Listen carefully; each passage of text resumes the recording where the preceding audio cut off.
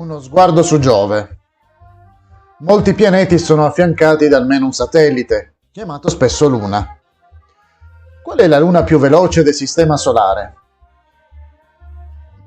Secondo i ricercatori, la luna che si muove più velocemente nel Sistema Solare appartiene a Giove.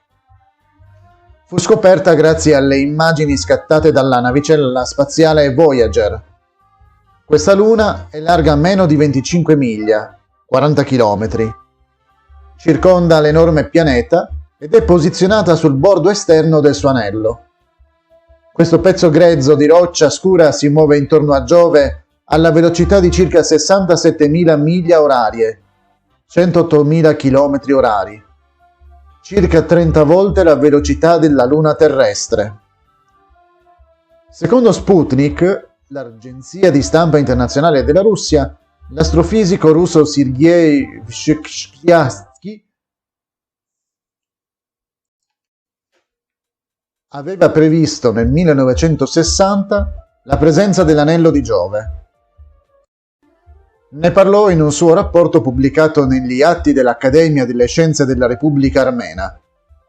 Vi si legge: l'esistenza dei processi attivi, eruzioni, nel sistema gioviano, che è dimostrata dai dati dell'astronomia cometaria, fornisce tutte le basi per supporre che intorno a Giove viaggino masse meteoriche cometarie a forma di anello simili all'anello di Saturno.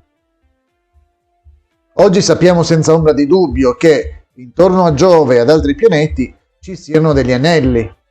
È interessante che sia l'ipotesi della loro esistenza sia la loro effettiva scoperta sia stata fatta dai russi nel periodo di massimo splendore nella gara verso lo spazio.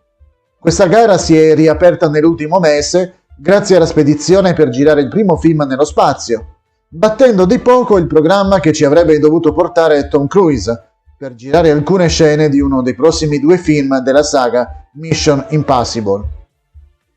Tom Cruise è stato battuto anche da un suo collega attore, William Shatner, che ha fatto un tour di poche ore nello spazio intorno alla Terra.